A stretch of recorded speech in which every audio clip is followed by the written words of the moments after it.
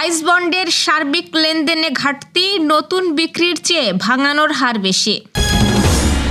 কোনো এলাকাকে বিচ্ছিন্ন বানানোর চেষ্টা করবেন না, বললেন উপদেষ্টা মাহফুজ।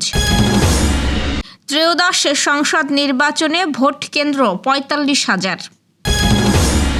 এনসিপির নিবন্ধন আবেদনে ৬ ঘাটতি, সংশোধনের জন্য ইসির চিঠি।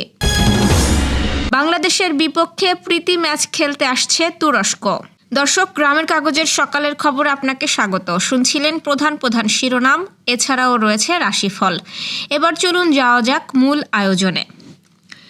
সরকারি সঞ্চয়ী উপকরণ প্রাইস বন্ডের সার্বিক লেনদেনে ঘাটতি দেখা দিয়েছে। বছরে গড়ে যে পরিমাণ প্রাইস বন্ড নতুন বিক্রি হয়, সেই অর্থ দিয়ে আগে বিক্রি করা বন্ডের দায় পরিশোধ করা যাচ্ছে না। ফলে সরকারের অন্য হিসাব থেকে ঋণ নিয়ে প্রাইস বন্ডে বিনিয়োগকারীদের দায় পরিশোধ করতে হচ্ছে। নতুন বিক্রি ও আগের বিক্রি করা প্রাইস বন্ড ভাঙানোর মধ্যকার পার্থক্য দিন দিন বাড়ছে। লটারিতে অংশ নেওয়ার সময়ে এতে বিনিয়োগ বাড়ছে, আবার লটারি সম্পন্ন হলে বিক্রি বেড়ে যাচ্ছে। অনেকেই ধারণা করছেন একটি মহল লটারির আগে প্রাইস বন্ড বেশি মাত্রায় কিনছেন, লটারি সম্পন্ন হলে তা আবার বিক্রি করে দিচ্ছেন। ফলে প্রাইস বন্ডে দীর্ঘমেয়াদী বা স্থায়ী বিনিয়োগ গড়ে উঠছে না। 2025 সালের জানুয়ারিতে প্রাইস বন্ডে গ্রাহকদের বিনিয়োগের স্থিতি ছিল 17,20,00,000 টাকা। ওই মাসে গ্রাহকরা যে নতুন প্রাইস বন্ড কিনেছেন ও আগে কেনা বন্ড ভাঙিয়ে যে টাকা তুলেছেন, এই দুটির মধ্যে ঘাটতি ছিল 20,90,00,000 টাকা। 2024-25 অর্থ বছরের জুলাই জানুয়ারিতে সার্বিকভাবে ঘাটতি ছিল 22,60,00,000 টাকা। দেশের কোনো এলাকাকে সামাজিকভাবে বিচ্ছিন্ন বানানোর চেষ্টা না করার আহ্বান জানিয়েছেন তথ্য উপদেষ্টা মাহফুজ আলম। ফেসবুকে দেওয়া এক পোস্টে তিনি এই আহ্বান জানান। উপদেষ্টা মাহফুজ লিখেছেন, সন্ত্রাসীদের গ্রেপ্তার ও বিচারে সহযোগিতা করুন, কিন্তু নাগরিক হিসাবে সকলের মানবাধিকারের পক্ষে থাকুন। কোনো এলাকাকে ঘেঁটো বানানোর চেষ্টা করবেন না। এছাড়া গোপালগঞ্জের উল্লেখযোগ্য সংখ্যক মানুষ নিম্নবর্গের হিন্দু, তারা লীগের আমলে নিপীড়িত ও বঞ্চিত হয়েছেন। আমাদের উচিত বাংলাদেশ জুড়ে লীগের হাতে নিপীড়িত ও বঞ্চিতদের সাথে মৈত্রী করা। ক্ষমতাচ্যুত প্রধানমন্ত্রী শেখ হাসিনার সমালোচনা করে তিনি লিখেছেন, হাসিনার পরাজয় রাজনৈতিক না, কেবল নৈতিকও বটে। নৈতিক পরাজয়ের পর তার রাজনৈতিক পরাজয় ঘটেছিল। ফলে আমরা হাসিনার বিরুদ্ধে গিয়ে নৈতিক উচ্চতা হারাতে পারি না। গণ অভ্যুত্থানের পর নতুন বাংলাদেশ আমরা মানবিক মর্যাদা, বৈষম্যহীনতা আর সুবিচারের যে প্রতিশ্রুতি দিয়েছিলাম তা পূরণ করা আমাদের কর্তব্য। অনেকেই এখনও ভাঙার কাজে ব্যস্ত মন্তব্য করে মাহফুজ লিখেছেন, কিন্তু গড়ার কাজে কাউকে পাওয়া যায় না, অথচ পুরানো বন্দোবস্ত মচকে গেছে। এখন আর এটাকে ভাঙা যাবে না, বরং ভাঙতে গেলে আরও বেঁকে যাবে, বেঁকে যাচ্ছে।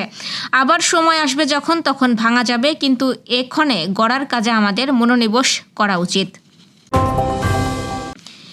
আসন্ন ত্রয়োদশ জাতীয় সংসদে নির্বাচনের জন্য প্রায় ৪৫,০০০ ভোট কেন্দ্রে ভোট গ্রহণের ব্যবস্থা করবে নির্বাচন কমিশন। ইসি সংশ্লিষ্ট এক কর্মকর্তা গণমাধ্যমকে ভোটার সংখ্যা বৃদ্ধি পাওয়ার কারণে গত দ্বাদশ জাতীয় সংসদ নির্বাচন থেকে ২,০০০-এর বেশি ভোট কেন্দ্র বৃদ্ধি করা হবে বলে জানিয়েছেন। এই ভোট কেন্দ্র চূড়ান্ত করা হলে এটি আর বৃদ্ধি পেতে পারে। ইসির এ সংক্রান্ত এক নথি থেকে জানা যায়, বিগত দ্বাদশ জাতীয় সংসদ নির্বাচনের ভোটকেন্দ্র ছিল ৪২,১৪৮টি, আর ত্রয়োদশ জাতীয় সংসদ নির্বাচনের জন্য সম্ভাব্য ভোটকেন্দ্র ধরা হয়েছে ৪৪,৯৩৪টি, যা গত বছরের তুলনায় ২,৭৮৬টি বেশি। ত্রয়োদশ সংসদ নির্বাচনকে সামনে রেখে ভোটকেন্দ্র স্থাপনা ব্যবস্থাপনা নীতিমালা ২০২৫ জারি করেছে নির্বাচন কমিশন। সেখানে ভোটকেন্দ্র স্থাপনে নির্বাচন কর্মকর্তাদের একক ক্ষমতা দিয়েছে নির্বাচন কমিশন। ২০২৩ সালের ভোট কেন্দ্র নীতিমালা অনুযায়ী ডিসি ও এসপিদের সমন্বয়ে একটি জেলা কমিটি গঠন করে ভোট কেন্দ্র নির্ধারণ করত, যা বাদ পড়েছে নতুন নীতিমালায়। এক্ষেত্রে এখন থেকে ইসির কর্মকর্তারাই ভোট কেন্দ্র নির্ধারণ করবেন।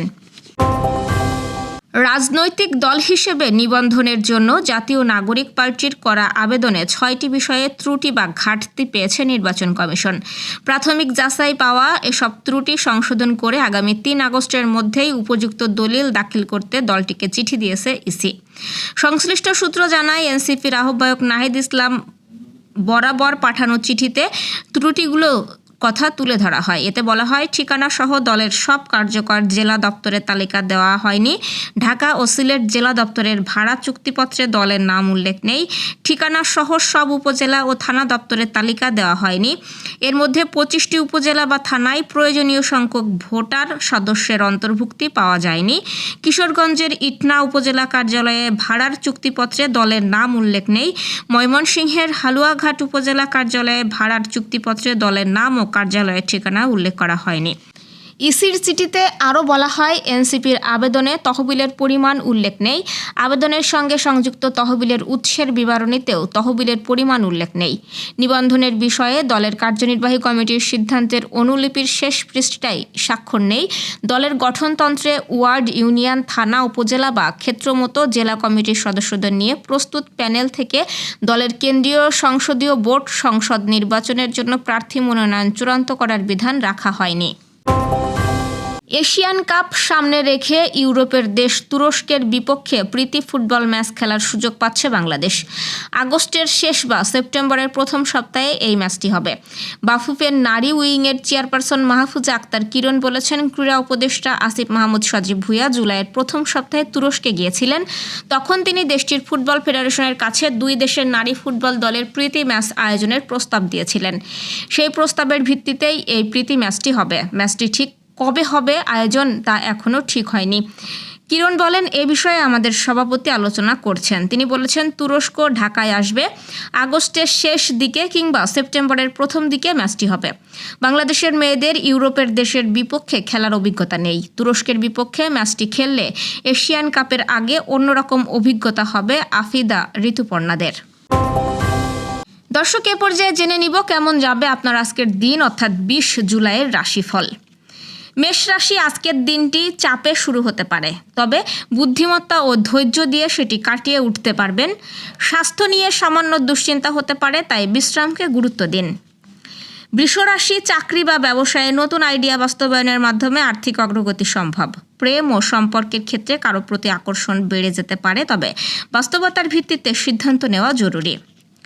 মিথুন রাশি, যোগাযোগের উপকারিতা আজ আপনার দিকেই থাকবে। নিকটজনের সঙ্গে ভুল বোঝাবুঝির আশঙ্কা রয়েছে, তাই সংযত থাকুন। কর্কট রাশির আবেগ আজ তীব্রতর হতে পারে। পরিবারের প্রতি দায়বোধ বাড়বে। ছোটখাটো স্বাস্থ্য সমস্যা বিরক্ত করতে পারবে, তাই বেশি করে পানি পান করুন ও বিশ্রাম নিন। সিংহ রাশির নেতৃত্ব দেওয়ার সুযোগ পেতে পারেন, বিশেষ করে যাদের কাজ দলভিত্তিক। ব্যবসায়ীদের জন্য দিনটি লাভজনক। কোনো পুরানো বিনিয়োগ থেকে ফল আসতে পারে।